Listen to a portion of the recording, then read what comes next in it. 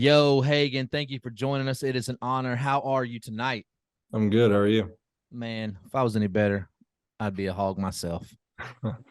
So listen, man, we were originally supposed to do this thing last night, but Yeah. you had some other plans. You wanted to watch the national championship game, which I don't blame you, but Yeah. any regrets pushing us off one day to watch that? 100%. That was a really bad game to watch. Did you? I mean, I think that I personally expected Georgia to win comfortably. I did not see him winning by 58, man. What about you? Yeah, I thought Georgia was going to win too, but I stopped watching at halftime. You didn't miss anything but a lot more Yeah, touchdowns. I bet. Let me ask you a question, Hagen. I know you're all Arkansas, but if just real quick, do you think that Stetson Bennett is the most accomplished Georgia Bulldog in their history? Oh God, I don't know. I don't really pay attention to that I much think he football, but I mean, is. I'll watch it every once in a while. Back-to-back titles from a walk-on as a D1 athlete. What a story, though, right? I mean, yeah, that is pretty crazy. I mean, I think it's awesome that him and Tom Brady are both playing football at the age of 40 plus. So it's cool. Yeah. I looked it up today, and the list of quarterbacks that are in the NFL that are in their fourth and fifth year that are younger than Stetson Bennett is completely wild. Yeah, I saw that Lamar too. I saw it Jackson. was like six people. It's crazy. And then Yeah. there's only there's a 4 or 5 more that are like 6 months older than him, like Josh Allen and all those guys. I don't know. It was a lot, man. It That's was a crazy. lot. Give me Listen, Connor. man. Give me Connor Noland at quarterback over Stetson Bennett. Hot Yeah. take. I gotta give it to my boy Stequavius Lamar Bennett. He balled when the big lights come on, Stequavius balls. So listen, so we're getting into a little bit of you, man, and this is kind of the first question we're going to ask. Whether we'll know how this interview is going to go, right? If you could pick just one, what's your favorite movie of all time? It can be sports, drama, comedy, don't matter. Oh, I guess sports movie. I'm gonna go Moneyball, and then just another movie would probably be. Have y'all seen Source Code? Yes. I have. I love that movie. Jake Gyllenhaal. Yes. Yeah, You hadn't seen that, Randy? No, I have not. I have not. I'll it's check it though. confusing, but Oh, it's confusing. Look, I'm not very smart, man. I'm not either. But I don't want to be on here tripping, man. All right. So the next question, you're from Texas, so I don't know how this is going to go. Favorite musician or band? country probably Co Wetzel. He's from East Texas, and that's about it. I listen to country mostly. Oh, so many guests in a row that- with this country. Oh, It makes sense, right? Yeah. I mean, come on, man. but Bullet? Daniel has to do country on the intros, and Daniel just isn't feeling the country. We need a guest to say rock or rap soon. I mean, Nah, man. I'm Country's gonna the have new to. thing. I gotta mix up, I guess, like the tonality of the intro because the way that I want to do it and country music just don't vibe. It just doesn't go. Yeah, Well, not all of our guests are from Memphis like we are, so we gotta adjust. that's funny. We gotta Very- adjust. Very All right. true. So listen, last question before I turn you over to DB. Favorite athlete, either currently or growing up, or both? Mhm. I like watching Clayton Kershaw pitch, and DeGrom's pretty fun to watch too. Yeah, they're pretty DeGrom. decent. Yeah, I've heard of those guys. yeah, Yeah, I mean, it's crazy. You know, Hagen, Kershaw and DeGrom, like if you were to pick two guys, like you couldn't pick two better guys. And yeah. when I was watching a little bit of you, to be honest, like I don't want to fill your head up, but like those two guys came to mind. Like I'm looking at clips and I'm like, oh dude, like those are the first dudes I was like, oh man, let me try to make a comparison here. And those two guys came to my mind. So I appreciate kudos to you, man. You Thank got you. it going on. So man, let's dive in here. Let's go all the way back. Let's rewind it. Take me back, man. Where are you from? I'm from Bullard, Texas. It's like a small town, kind of south of Tyler. Bullard, Texas. Like Yeah. what size is Bullard, Texas? Because when I think of Texas, we all think, everything's bigger in Texas. I mean, there's got to be some small towns in Texas, right? Yeah, it's pretty small. I'm from a 4A high school. Okay. All right. So, what are the family dynamics like? You got mom, dad, brothers, sisters? What's the household look like? I got mom, dad, stepdad, stepmom, and a younger sister. Gotcha. What are the age ranges there? How far apart are y'all? My sister's a sophomore in high school. Wow. So you're kind of setting the example, leading the way a Kinda. little bit. I gotcha. Beating up So some boys. Good or bad? yeah, I I was didn't never in want, high school with her, so but they know. They yeah. know. They know what's coming if they step out of line. Oh yeah. So obviously, you're a high caliber athlete, and as always, most high caliber athletes they're starting at a young age. But what age do you start playing not just baseball but just sports in general? Oh God. I don't know exactly what age, but I know I started playing soccer and baseball pretty young. I guess most kids play soccer growing up, and I played basketball growing up too until about sophomore year of high school. I stopped playing soccer. I mean, basketball. Go ahead, DB. Ask him the real question. So let me ask you. Look, I'm gonna get to that. So first question, soccer. What was it about soccer where you're like, no, I got to move on from this? Oh, I just did it because my parents like put me in it as a young age, I guess to get more athletic or something. I don't know. What would you say is the biggest negative in the game of soccer? It's so boring. I cannot watch soccer. Well, let me tell you something. You got a fan You- in me. Yeah. You do. Me too. It not only is it that, but I'm prideful. I'm gonna watch Team USA no matter what because Yeah. I'm American, man. I want us to win. Oh yeah. But I have a big problem with games that can end in ties. And I have a big problem when you decide, oh, we're going to end this game in basically a luck way with PKs. Yeah. Give me a break.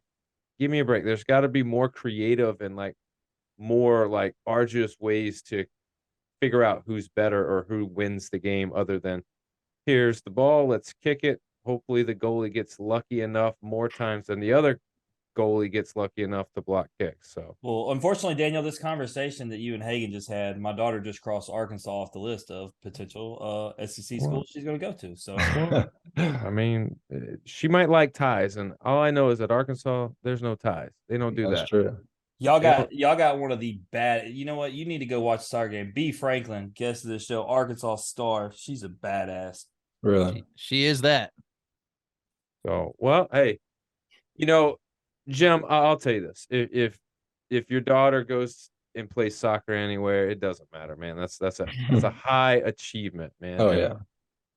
so obviously, we're gonna get to you and you getting to the college route, but like obviously you're playing sports growing up, you're throwing soccer out there, you talk about basketball, you end up leaving basketball.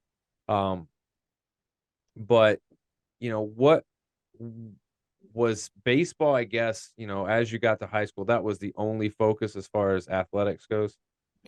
I mean, not really. I didn't really know I never watched college baseball or anything growing up. Like I just kind of played for fun, honestly, until I started getting pretty good. So where did you go to high school? Bullard, Texas. Bullard High School. So Bullard High School, smaller, Mhm. smaller town, 4A school. Um, you said like you didn't realize it right away that you had this talent. Yeah. And I say talent, obviously you developed it over time, but um, you know, was there a time in high school or was it after where you were like, oh man, like everyone else isn't quite as good as me? Or were you just kind of that humble guy where you're just like, yeah, I'm pretty good? Yeah, I was like that. I mean, I realized I could do something with baseball for the first time I hit 90. I was like, that's pretty hard for me because I never threw that hard growing up or anything. I mean, I threw hard, but not really hard. So I guess it is true. Everything is bigger and better in Texas because you just throwing 90 out there like, oh, no big deal. I threw 90. I touched 90. No big deal. But obviously we know Texas is known for Friday night lights. We know how big high school football is in Texas. I mean, we've seen the stadiums, we've seen the movies, we've seen the TV shows. What about baseball? Does baseball get any due? I mean, what's up? Big stadiums? No, we have a small stadium, but I think playoff baseball gets a lot of fans. Not like we played in a district. We didn't really have that many fans. So what's the most number of fans you played in front of for high school? Um, I'll tell you mine. It was about 21. Can you do something for me? I probably played again in front of like 800 people, probably my Wow. senior year or something like that.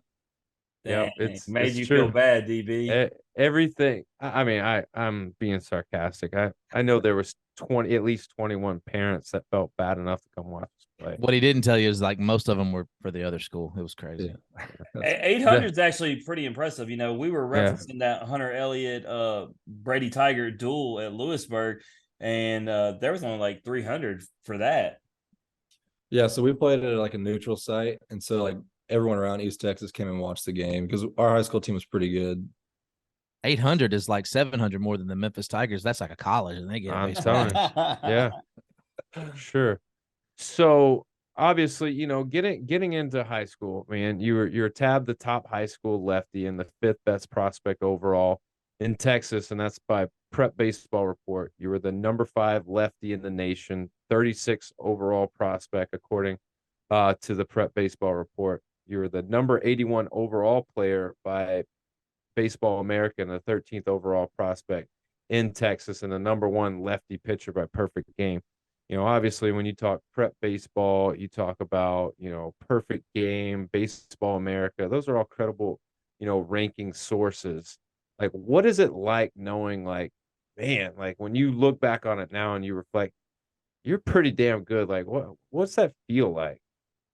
I mean, it was pretty cool at the time, but like you can't show any emotion about it or like boast about it or anything. You just try to get better. Well, yeah, I mean, and you definitely earn these kind of rankings. So, I want to talk a little bit about, not maybe the entire career, but, at least some of the things in your senior season. Tied a state record with 7 no-hitters, right? You only allowed 2 earned runs all season. Like, that kind of dominance is like really how you get on these ranking systems. But I mean, it gave you the honor of the Tyler Morning Telegraph All East Texas Baseball Player of the Year for 2021. You were 11-0, a .19 ERA, 0.19 ERA, 168 strikeouts, 26 walks, 7 hits in 73 innings. I feel like of those 7 hits, those dudes just got flat out lucky. I don't see it. I don't see it any other way. Or whoever was scoring, they should have been errors, but they gave them a hit for it. So, I mean, what were you doing during this time that made you so successful? And this is the time, man. I want you to open up. I want you to be really honest and brag about yourself because you've been humble all the way through. And what is it, man? What were you doing? Tell me something. What is the secret recipe? So my junior year before going in my senior year season, I was recovering from Tommy John. And so all that rehab kind of got me pretty strong because I was doing legs mostly. And then my senior year, we got a new head coach, Robert Ellis. He used to be a big leaguer. He has 2 World Series rings. And so he was a pitching coach and he helped me a lot. So, I mean, obviously the rehab, well, let's talk about that. Tommy John. And we have had many people on here and a lot of pitchers, a lot of big arms. And, Tommy John always ends up coming up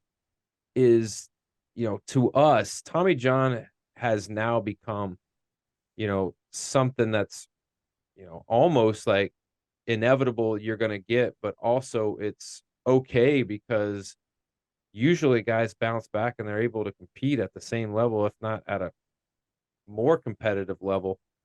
So tell us in your eyes, like going through it, was there fear and anxiety about getting back or maybe achieving more after you had the surgery? Yeah, there's definitely some doubts, but you can't look at it that way as when you're getting surgery. You got to think of it as a plus. You get to go through rehab and get stronger and everything. And so I thought of it as a plus going through it. Gotcha. So, obviously, you had a new coach, you put in the work, you came through the rehab, you also put forth the effort on the lower half. Are you playing travel ball or because of the injury, like you couldn't play? Like how did travel ball factor into, obviously the rehab plans, but obviously, moving you to the next level. I played summer ball. Like my first big team was called the Academy Select Sun Devils. I played with them my sophomore year. Had a good summer. Went to area code, and I was throwing in the bullpen before the game. I was coming in relief, and my first pitch on the game mound, I felt a snap in my elbow, and I kept pitching for like 3 innings. And after the game, I was like, "How hard was I throwing?" And they're like, 82. I was like, and my arm started swelling up, and I was kind of freaking out at the time, but It's a little different, when you're touching 90 and then you get out there and you feel like you're throwing 90, but it's saying 82, and yeah. now all of a sudden there's some issues. You got some swelling. Um, it's amazing. Like you got the confidence to come back and fight through that, a little bit of adversity, early on, which is probably a good thing. At what point though do you begin to come back? You're 100% or better than where you left it, and at what point then do colleges start going, "Hey, Hagen, like you need to come play with us"? So I got my first offer when I was actually originally committed to Oklahoma State. Um, Summer going into my sophomore year of high school, and then I don't know if you know James Valade. He used to be a coach there. He left, and then I think I just committed way too early, and I just wanted to reopen my recruitment, whatever, and just see my options again. I still had Oklahoma State in mind because I like the school and everything, but I just kind of open up and see what other options I had. And what irony you left us with by going Yeah. from there to somewhere else. Yeah. Yeah, I mean, now hearing that, and obviously we're gonna get down to last season, but um, Oklahoma State. Let me ask you this: were there any other schools other than when you opened up this, your recruitment again, where you said Oklahoma State, you would still go there, but were there any schools other than Oklahoma State and Arkansas that you were thinking about? So I took a visit to A&M. I took a visit to Florida. And then after that, I kind of just wanted to go to Arkansas after I've been here and everything. So I just didn't go anywhere else. That's natural. If I went to Gainesville, I'd immediately pick the next school afterward. I mean, it's a good thing you didn't, because Yeah. we would You have never wouldn't had be here right now. facts. So let me ask you this: you mentioned the coach at Oklahoma State. He ended up leaving, but to me, it sounds like after hearing you say, I committed too early. You opened up. If he had stayed, would you still feel like you would have just went there, or would you have opened it up and seen what's out there again? I still think I would have opened up again because, I mean, after that, kind of opened my eyes like, well, I committed way too early because that was my first offer and I committed the next day. I remember throwing in a tournament there and I committed the next day. I was just so excited. I didn't know because that was my first big thing I've ever done. So I just committed. Man, that's interesting. And a lot of men or women we have come on here, they end up sticking because they feel obligated because they give that commitment. But as you said, it was too early and not going to a much better option. As bad as it sounds now, in this case, Oklahoma State is a great option regardless. But in a lot of cases, they end up picking a much lesser school when they could have went to a much bigger school and had more success right out the gate. So it's always an interesting dynamic. And it's funny, we brought up my daughter. She started getting offers and stuff, and I started telling her exactly what we hear on this podcast all the time. I'm like, hey, that's great. Don't start picking schools yet. We got a long way to go in this process. But for you get to Fayetteville, which is an awesome campus. What is it like? You're going there, it's got these amazing facilities everywhere, it's this beautiful campus. Are you more excited or are you more nervous? I was really excited because when we toured the campus and all the facilities, I was kind of like, wow, I mean, this is the best that you're going to get anywhere. Yeah, no, I mean, it was actually when Brady Tigert started posting pictures and sending of the facilities. I was like, man, if I'm a baseball player, I could see. Well, obviously I've been a bomb walker, but I just the weight room and everything else in between. Yeah. I was like, my God. That's pretty. And for a guy like you who works out legs, admittedly said so. Hey, it's the weight room is your thing. So now what I want to know is something. I added a new question to this season because guys always bring up their roommates and always ends up with good stories. So I want to know who ended up being your roommate or roommates. Last year I was roommates with Austin Ledbetter, Drake Vernado, and Vincent Trapani. And you said last year, so do you got a new set this year? I'm still rooming with Austin, and then one of my friends from home, he transferred here just to go to school, and he's our roommate too. So between both years and obviously early in this, second one, who's the dirtiest roommate you've had? Be honest. Come on. Hit us with it. Austin. And Yeah, he's the one that sure. stuck around. You got the dirtiest he's my one. roommate on the road too. So. Oh man, that's rough. Are you a clean person or are you pretty dirty? Oh yeah, I'm really clean. All right. You're making him nervous, Hagen. We're editing all this out. No. Anyway, collegiate baseball newspaper freshman All-American, perfect game freshman All-American second team, freshman All-SEC team. You went 7-2 with a 4.66 ERA. You had 90 Ks, but you had 46 walks, 2 really huge saves, which we'll get into. Before we get into the season itself, reading off these numbers, did you meet your expectations you came into Arkansas with? Oh yeah, for sure. My expectation coming in was just to pitch. I don't care how much or anything. I just wanted to pitch a little bit. Yeah, and so you bring that up, and so right out the gate, you end up a weekend starter. Now we know a lot of things happened. Obviously, Peyton's injury really moved some things around. So is that a conversation that happened right after Peyton got hurt? Addressing all you guys and talking about that weekend rotation, and you kind of found out where you were going to be. So I mean, we addressed it and stuff, and we felt like everyone feels really bad for him. Wish we could have had him last season. It would have helped a lot. But I mean, that's just another opportunity for me. Like, if you're looking at it from a personal side, like it's just a business at the same time as a team. So it's just like another reason for you to go work for a weekend spot. Yeah, and so you get that weekend spot and you come out that first Saturday versus Illinois State and you shine. So, I mean, what did it feel like, man, toeing the rubber that very first opening weekend and getting a W? It was crazy. I had no idea what to expect that game. I was nervous. Before the game, I like rushed my pre-throw and everything, and I was like 15 minutes early for my bullpen. They had to slow me down. Hey, ain't a bad thing to be excited. But you talked about with Daniel, we were talking about the adversity of the injury.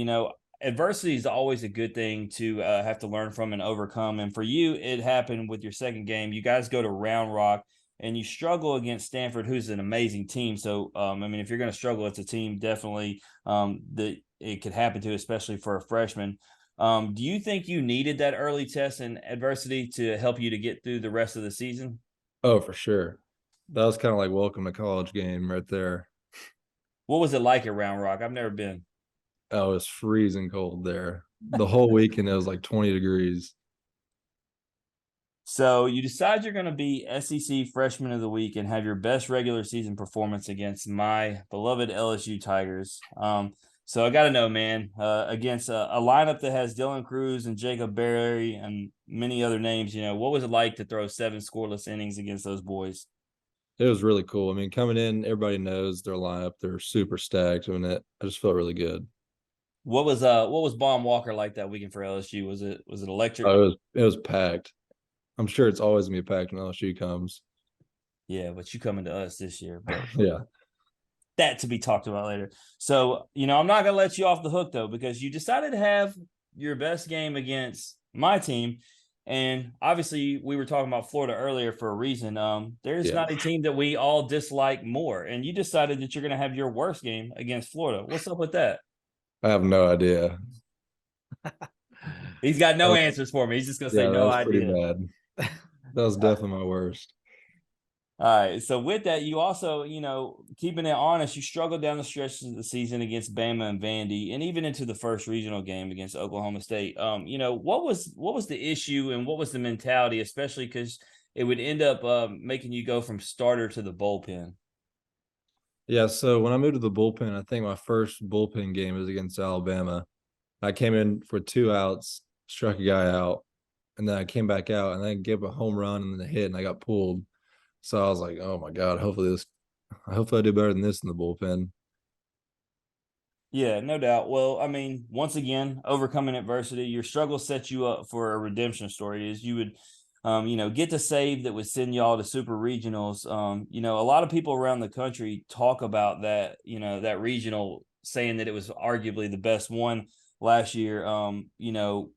What was it like, and would you agree? I mean, obviously you weren't at the other ones, but I mean, did you just feel like that regional was absolutely amazing, aside from the fact that you won it in general? Oh, for sure. Oklahoma State was unreal that weekend. I mean, every team was too. I think if they would have beat us, they would have been close to winning it all. They would have given Ole Miss a run for their money. So you talk about, you were originally committed to Oklahoma State. What does it feel like? Do you feel really good, or do you kind of feel bad when you beat the team that, you decommitted from? Once we won that regional, I mean, everyone's on highs, but I mean, I love their campus and field. That was the best field we played all year, in my opinion. All right. So outside of your save, what was your favorite moment? For me, I'll just tell you, and maybe it's the same one. It's got to be, Jalen, the deep into the night grand slam. I'd Yeah. love that Arkansas put it in their top five, but for you, was that it, or was it something else? Yeah, that's up there. And then the walk off to go to Omaha. Absolutely. So, y'all punch y'all's ticket to the Super Regionals, go to Chapel Hill, where you're ultimately going to punch your ticket to Omaha. You come to Arkansas, and Arkansas has these expectations set, right? I mean, it is Omaha or bust when you go to a school like that and you play for a coach like Van Horn. But did you really see yourself in your freshman season not only going to Omaha, but playing a significant role in why y'all got there? Not at first, but when I first got here, I mean, all the guys are super nice to me and stuff, and they set a standard for all the young guys, so we knew what to do. Who was the guy that had the most influence on you, like from a mentorship role? Probably Connor, for sure. No doubt, I could definitely see that, and I mean, I imagine, because every Arkansas pitcher we've had come on talk about Michael Turner. I mean, that's got to be awesome having a guy Oh with that yeah. experience behind the plate. So you get the start against Ole Miss in Omaha in front of that absolutely electric crowd. When you're in that atmosphere, you're in Omaha. Are you calm and cool because you've been through regionals and super regionals, or is it just a little bit extra, nerve wracking? I think you're a little nervous, not nervous, like antsy to go. And I think once you see the first pitch, you're fine. Everything kind of goes away like before the game, all the crowd and everything. You really can't you really don't know what's going on. Well, what did it feel like to get that W when it was all said and done in that game? It was good, but I wish we could have won the next game after. Yeah, absolutely. Y'all come up short, but obviously, I mean, a season worth being proud of. A lot of people don't like the whole silver lining or moral victories, but man, we talk about on this show all the time. Just to get to Omaha within itself is something, and to make it as far as y'all did into it, and go with the champion as far as y'all did, it's a great accomplishment. But what was the ultimate message from Coach after the season was done? We'll be back, basically. I mean, it was pretty tough losing that game. Knowing all the older guys are gonna leave, all the guys you kind of looked up to your freshman year. It was tough. He was like Terminator. I'll be Yeah. back. So obviously, talking about coming back, you start off the season at Globe Life Field, and our guy, producer of the program, Jim Cross, will be in attendance. But how excited are you? First of all, to meet Jim, very exciting kind of thing. But how excited are you there? Are you to play there against such big competition? Obviously, you got Texas, TCU, and familiar opponent Oklahoma State. I'm super excited. I'm ready to see our team that play an actual game this year. I think we're really, really good this year, and we're gonna play a good team, so it's gonna be fun. Absolutely. I think we had a Twitter space. I don't know if you know what that is, but basically we were just on the Talking Baseball the other night. A lot of people were picking you guys to be kind of it's weird to say a sleeper, but as just we've gone on, we see Dave Van Horn, the teams, you lose talent every year and they're just right back. So I think that the standard is, like you said, to be back, compete for championships. But What series outside of Globe Life and starting the season are you most excited about this year? Oh, honestly, any SEC away series. I love going to other places. It's cool to see their parks and everything. Away series. Look, I'm gonna come. I'm coming. I made up my mind. I'm coming to Fayetteville when Tennessee rolls into town. I have not been to Fayetteville for a baseball game, so it'll be my first time. So I'm That'd be gonna come. awesome. I'm gonna come see. Well, Man. I'll say this, per my opinion, I think it goes in order of Duty Noble, then Baum Walker, then the Box as far as the best stadium. So you're playing at the other two, and obviously Yeah. the third one is your home. So you're going to get to experience the three best stadiums, in my opinion, this year. Yeah, it'll be fun. So, what personally, I mean, with all the success you've had, I mean, obviously you enter the off season, you hit the fall, but what is the one thing personally that you have been improving on, or you go, I need to get better at this for this season. In order for us to win it all, I have to do this better. I think personally, I'm going to try to. My command's been my biggest thing this year, and my changeup.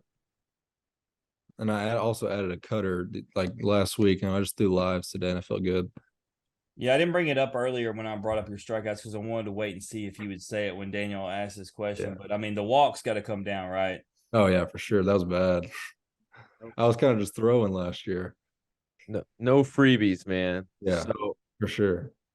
So talk to us. I mean, obviously, we talk about it all the time, and every year we get to the point where, all right, well, what do you got to have to make deep runs? And obviously, one of those things is you got to score runs, but also you got to have a deep staff.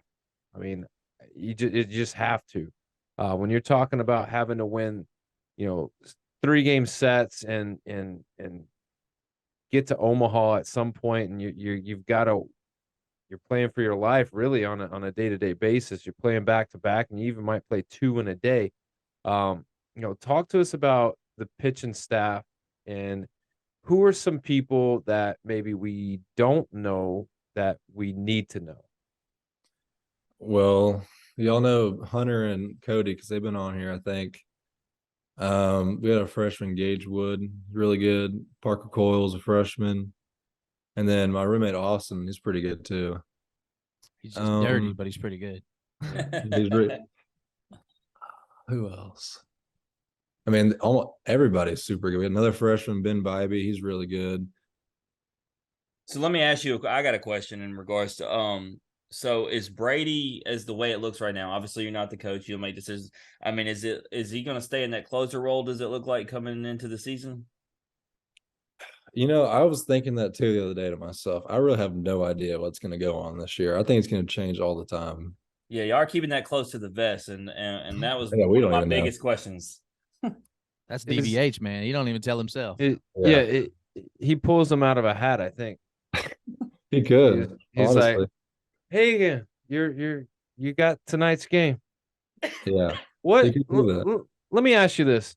Obviously, philosophies are different, and DVH is very successful and one of the greatest baseball minds out there.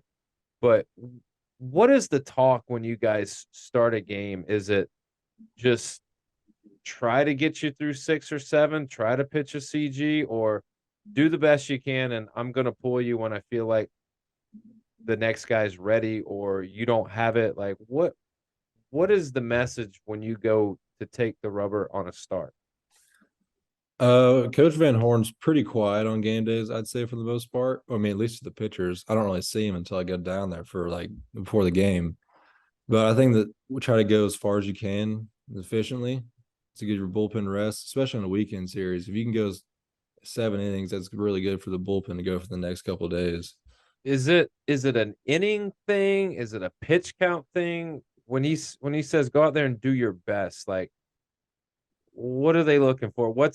Like, if you're cruising and it's just a tight game, at what point do they go, all right, we got to make a change here?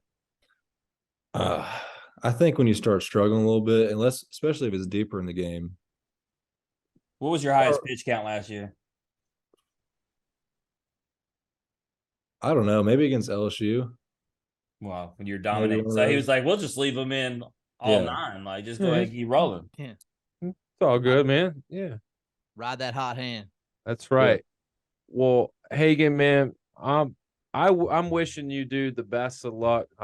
We all three, we definitely got you guys back in Omaha, no pressure. But I don't think there is pressure when people say that, because I think when you sign to go to Arkansas, that is the expectation, right? Yeah, for sure. I mean, once you get here, you don't stop working until the season's over, and you still keep working after that, honestly, until the next season. No, absolutely. That is the standard. When they talk about standards of SEC coaches, obviously Dave Van Horn's at the top of that list. But enough about that, Hagen. We're going to play a little game. And if you've listened to our episodes before, you probably know the rules, but I'm going to say them anyway. It's this or that. So I'm going to give you 2 options. The only rules are you can't say neither and you can't say both. Are you down?